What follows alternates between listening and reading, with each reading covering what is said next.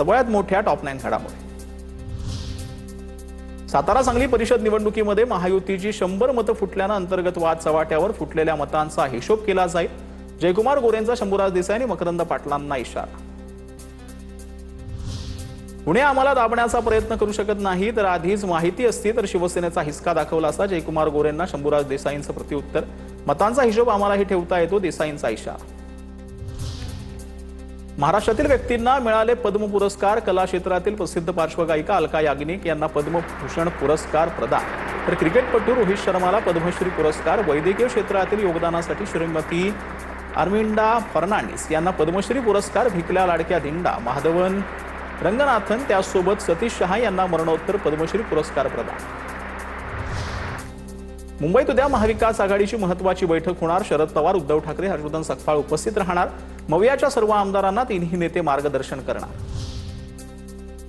दोन्ही शिवसेना एकत्र याव्यात। उद्धव ठाकरेंनी शिंदेंसोबत यावं हे माझं व्यक्तिगत मत आहे। शिंदेंच्या शिवसेनेचे आमदार बच्चू कडूंचं विधान।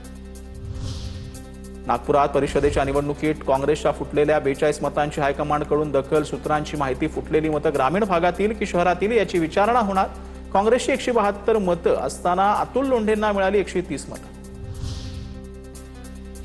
खासदार प्रतिभा धानोरकरांची काँग्रेसच्या नेत्यांवर उघड नाराजी। उमेदवार मागे घेताना आपल्याच नेत्यांचा दबाव होता का? चौकशी व्हावी, धानोरकरांची हायकमांडकडे मागणी। चंद्रपूर महानगरपालिकेतील काँग्रेस गटनेते पदाच्या वादाला नवं वळण। विभागीय आयुक्तांनी दिलेल्या आदेशाला हायकोर्टाची स्थगिती। विजय वडेट्टीवारांसह राजेश अडूर यांना तात्पुरता दिलासा। काँग्रेस नेत्यांमध्ये विसंवाद, काँग्रेसला त्याचा फटका। निवडणुकीत बसला। कृपाल तुमानेंची प्रतिक्रिया। मुख्यमंत्री उपमुख्यमंत्र्यांवर विश्वास ठेवून विदर्भात महायुतीचा विजय झाल्याचा दावा। आता बोयात अधिवेशनातील टॉप 9 बातम्या। विधानसभेत ड्रग्सच्या मुद्द्यावरून चर्चा। ऑनलाईन ड्रग्स मिळत असल्याची जयंत पाटलांची तक्रार, तर ड्रग्स प्रकरणाशी संबंधित पोलीस थेट बडतर्फ। मुख्यमंत्री फडणवीसांची माहिती। बीडमधील अमोल खुले हत्या प्रकरण। नमिता मुंदडांकडून विधानसभेत आरोपीच्या अटकेची मागणी। अद्यापही आरोपीला पकडलेलं नाही। नमिता मुंदडा यांनी विधानसभेत दिली माहिती।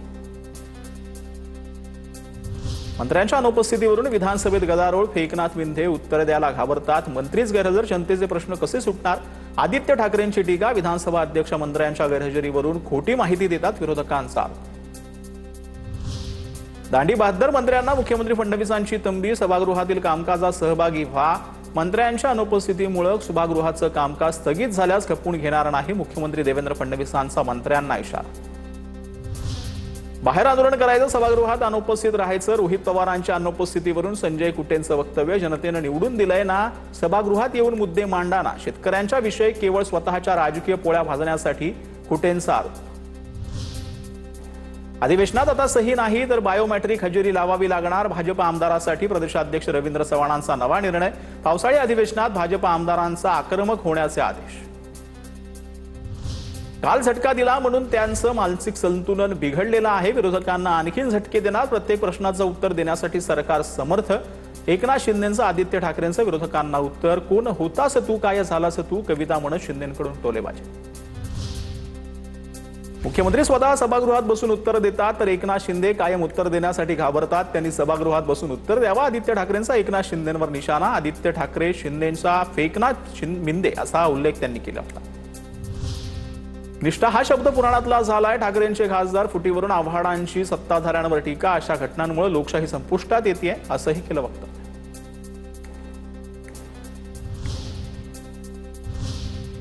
तर महाराष्ट्रामध्ये अनेक भागांमध्ये पावसाचं आगमन झालेलं आहे। त्याच संदर्भातल्या टॉप 9 बातम्या पाहूया। मुंबई शहर आणि उपनगरामध्ये मुसळधार पाऊस। मुंबईत पावसाची जोरदार हजेरी। आज मुंबईला पावसाचा येलो अलर्ट। महाराष्ट्राच्या बहुतांश भागात मान्सून दाखल। आगामी 5 ते 8 दिवसांमध्ये राज्यभरात दमदार पाऊस पडणार, हवामान विभागाचा अंदाज। तर विदर्भातील गडचिरोली, चंद्रपूर, वर्धा, वाशिम आणि यवतमाळ जिल्ह्यात मान्सून दाखल। पुढील 2 ते 3 दिवसात मान्सून पूर्ण विदर्भ व्यापणार। पुण्यात मान्सूनचं आगमन, मात्र अजूनही पुणेकरांना पावसाची प्रतीक्षा। पुण्यात 2 दिवस वातावरण ढगाळ राहणार। पुढील 2 दिवस मेघगर्जनेसह पाऊस पडण्याची शक्यता। कल्याण डोंबिवली परिसरात पावसाचा जोर वाढला। सकाळपासून कल्याण डोंबिवली परिसरात पावसाची संततधार सुरू। अधूनमधून पावसाचा जोर वाढत असल्याने नागरिकांची तारांबळ।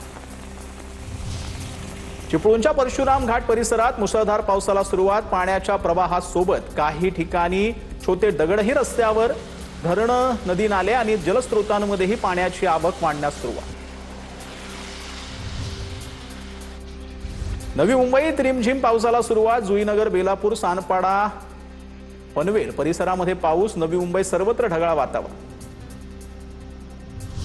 साताऱ्यात पावसाचं आगमन। शेतीच्या मशागतीसाठी समाधानकारक पाऊस। पूर्वेकडील मान खटाव परिसरात पाणी टंचाई कमी होण्यास मदत होणार। नाशिकच्या बागलाण तालुक्यातील मुर्लेसह आता परिसरात मुसळधार पाऊस। दमदार पाऊस झाल्यानं पावसाच्या प्रतीक्षेत असलेल्या शेतकऱ्यांना दिलासा। पावसाअभावी खोळंबलेल्या पेरण्यांना आता वेग मिळणार। नाशिकच्या देवळातील खालप परिसरामध्ये ढगफुटी सदृश्य पाऊस। पावसामुळे शेतकऱ्यांना दिलासा, तर काही भागात शेतीचं मोठं नुकसान।